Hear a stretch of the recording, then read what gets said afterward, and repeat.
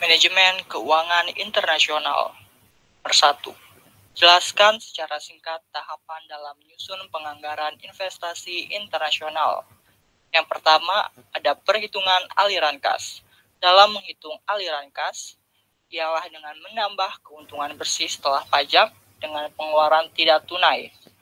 Keputusan investasi yang dilakukan perusahaan akan menentukan apakah suatu investasi layak dilaksanakan oleh perusahaan atau tidak. Cash flow yang berhubungan dengan keputusan investasi bisa dikelompokkan menjadi 3 macam aliran kas, yaitu pertama, initial cash flow, kedua, operational cash flow, ketiga, terminal cash flow. Kemudian evaluasi dengan WACC. Weighted Average Cost of Capital atau WACC adalah batas minimum tingkat pengembalian suatu proyek investasi. WACC merupakan biaya rata-rata tertimbang dari modal sendiri atau equity dan modal peminjam perusahaan. Dengan rumus, WACC sama dengan total debt dibagi total debt ditambah total equity dikali cost of debt ditambah total equity dibagi total debt ditambah total equity dikali cost of equity. Kemudian ada evaluasi dengan adjusted NPV. Metode NPV ini memindahkan cash flow yang menyebar sepanjang umur investasi ke waktu awal investasi atau T0. Kondisi present dengan menerapkan konsep ekivalensi uang, suatu cash flow investasi tidak selalu dapat diperoleh secara lengkap, yaitu terdiri dari cash in dan cash out, tapi mungkin saja hanya dapat diukur langsung aspek biayanya saja atau benefitnya saja.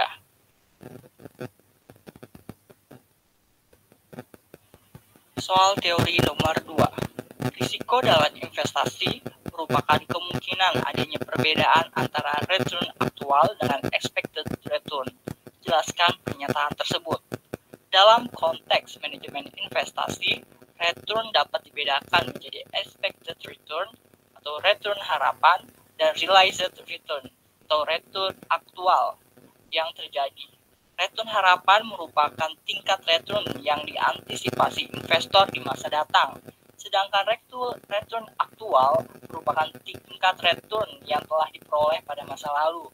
Ketika investor menginvestasikan dananya, ada kalanya terjadi perbedaan antara return yang diharapkan dengan return aktual.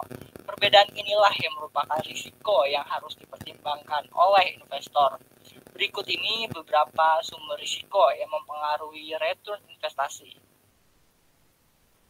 Pertama, ada risiko suku bunga, kedua, risiko likuiditas, ketiga, risiko bisnis, keempat, risiko finansial, kelima, risiko inflasi, keenam, risiko negara atau country risk, yang ketujuh, risiko pasar, dan kedelapan, risiko nilai tukar mata uang.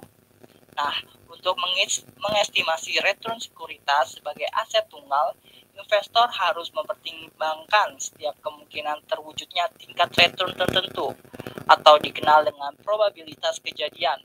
Sedangkan hasil dari perkiraan return yang akan terjadi dan probabilitasnya disebut sebagai distribusi probabilitas. Dengan kata lain, distribusi probabilitas menunjukkan spesifikasi seberapa tingkat yang akan diperoleh dan beberapa probabilitas terjadinya return tersebut. Nah, estimasi return suatu sekuritas dilakukan dengan menghitung return harapan atau sekuritas tersebut. Return harapan pada dasarnya adalah nilai return rata-rata jika kita memiliki distribusi probabilitas return suatu sekuritas. Nilai return harapan dapat dihitung dengan cara menentukan nilai rata-rata tertimbang dari distribusi return tersebut. Dalam perhitungan rata-rata tertimbang ini, bobotnya ditentukan atas dasar nilai probabilitas masing-masing return yang terjadi.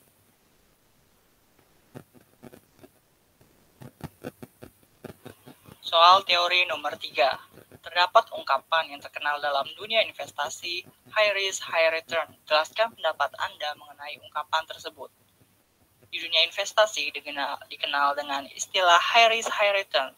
Artinya dalam suatu investasi yang menawarkan tingkat keuntungan yang tinggi, juga mengandung risiko kerugian yang tinggi pula.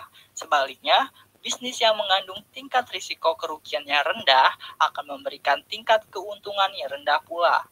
Uang bisa didapatkan dalam jumlah banyak dalam waktu sekejap, namun juga bisa hilang dalam waktu sekejap. Salah satu ciri masyarakat berkembang lebih memilih investasi yang berisiko tinggi, berbeda dengan masyarakat maju yang cenderung memilih investasi dalam tingkat risiko rendah dan lebih aman. Sebagai contoh ilustrasi, seorang investor menanamkan uangnya di pasar modal berupa membeli sekian ratus lot saham dengan nilai kapitalisasi 200 juta. Beberapa bulan kemudian, harga saham perusahaan yang dibeli ternyata anjlok. Akibatnya, investor tersebut mengalami kerugian puluhan juta. Itulah kenapa investasi saham merupakan salah satu investasi yang berisiko lebih relatif tinggi.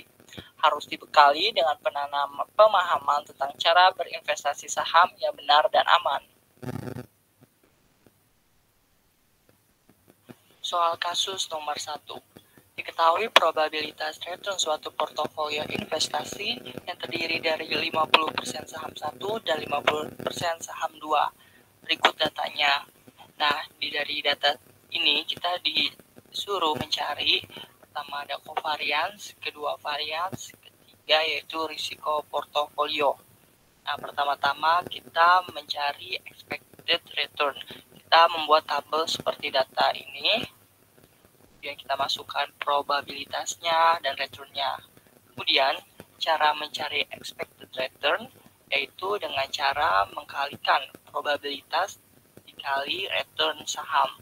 Nah, di sini kita pertama resesi parah, probabilitasnya 0,05 dikali return saham pertama yaitu 12 sama dengan 0,60. Kemudian untuk return kedua ada probabilitasnya 0,05 kali return saham kedua yaitu minus 3, jadi expected returnnya minus 0,15. Berikutnya juga sama seperti yang resesi sedang, normal baik, dan sangat baik. Cara menghitungnya sama, yaitu probabilitas dikali return. Maka expected return sudah ketemu. Kemudian kita mencari covariance yang ditanyakan pada butir A. Rumusnya itu probabilitas dikali return dikurang total expected return saham pertama, kurung tutup kurung buka dikali return saham kedua dikurang expected return saham kedua, total expected return saham kedua. Nah, untuk resesi parah, pertama kita yang kurung dulu, yaitu return saham pertama yaitu 12 dikurang total atau sigma expected return saham pertama 9,20. 12 dikurang 9,20. Kemudian saham yang kedua, saham kedua returnnya minus 3 dikurang sigma expected return yaitu 10,3. Kemudian dikalikan sama probabilitasnya, jadi menghasilkan minus 1,862. Begitu juga perhitungan pada resesi sedang, normal, baik, dan sangat baik, sama seperti pada rumus. Maka untuk butir A sudah temu. Lalu kemudian mencari varians pada butir kedua dengan rumus kurung buka return dikurang sigma expected return kurung tutup pangkat 2 dikali probabilitas. Nah, pertama untuk resesi parah saham pertama kita menggunakan rumus. Pertama return saham pertama yaitu 12 dikurang sigma expected return saham pertama 9,20. Hasilnya lalu di pangkat 2. Setelah di pangkat 2 akan dikali probabilitas yaitu 0,05. Jadi saham pertama variansnya besar 0,39. Itu juga pada saham kedua, rumusnya sama, yaitu return saham dikurang sigma expected return saham kedua di pangkat 2, kemudian dikali probabilitas, sehingga saham kedua menghasilkan varians 8,84.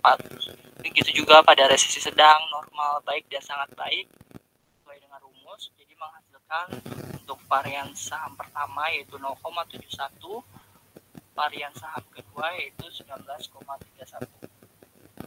Kemudian berikut ini keterangannya. Yang pertama ada covariance, yaitu yang menggunakan rumus yang tadi dengan probabilitas di kurung buka dikali return dikurang expected return. Ini sigmanya ya, total expected return pertama, terus R2 juga dikurangi oleh expected return, sigma expected return kedua. Jadi covariance-nya sama dengan 3,66. Kemudian variance, dalam mencari variance menggunakan return dikurang sigma expected return pangkat 2 kali probabilitas, sehingga varian saham pertama yaitu 0,71 dan varian saham kedua 19,31 yang telah kita hitung. Kemudian kita mencari ketiga ini, mencari risiko portofolio. Pertama kita mencari expected return portofolio. Portofolio itu gabungan dari saham pertama dan saham kedua. Tadi kan dipisah-pisah, nah sekarang kita digabungkan. Probabilitasnya tadi kan di keterangan soal yaitu 50%. Jadi probabilitasnya kita pakai 0,5 dikali 9,20 itu didapatkan dari expected return yang pada tabel yang kita sudah cari, tambah 0,5 kali expected return saham kedua yaitu 10,30. Jadi expected return risiko untuk portofolio sama dengan 9,75. Kemudian untuk mencari standar deviasi kita dapat mengakarkan saja. Tadi kan kita udah menemukan variansnya, yaitu varian saham pertama 0,71 dan varian saham kedua 19,31. Kita akarkan jadi standar deviasi saham pertama yaitu 0,84 dan saham kedua standar deviasinya 4,39. Kemudian kita mencari portofolionya itu dengan rumus probabilitas pangkat 2 dikali 0,71 dari varian saham pertama. Lalu kita juga saham kedua juga sama 0,5 akar 2 dikali 19,31 dari varian saham kedua. 0,5-nya probabilitas ya, kita pangkatin 2. Lalu ditambah 2 itu udah dari rumus 0,5 kali 0,5 probabilitas saham pertama dikali probabilitas saham kedua dikali minus 3,66. Itu didapatkan dari covariance yang telah kita cari. Jadi rumusnya itu ada probabilitas saham pertama pangkat 2 dikali varian saham pertama ditambah probabilitas saham kedua pangkat 2 dikali varian saham kedua ditambah 2 kali probabilitas saham pertama dikali probabilitas saham kedua dikali covariance, sehingga risiko portofolionya sebesar 3,175. Untuk mencari standar deviasi tinggal diakarkan saja.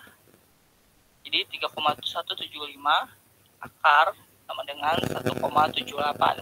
Jadi risiko portofolionya didapatkan sebesar 1,78 untuk standar deviasinya, dan risikonya sebesar 3,175. Kalian masukkan saja supaya lengkap. Terima kasih.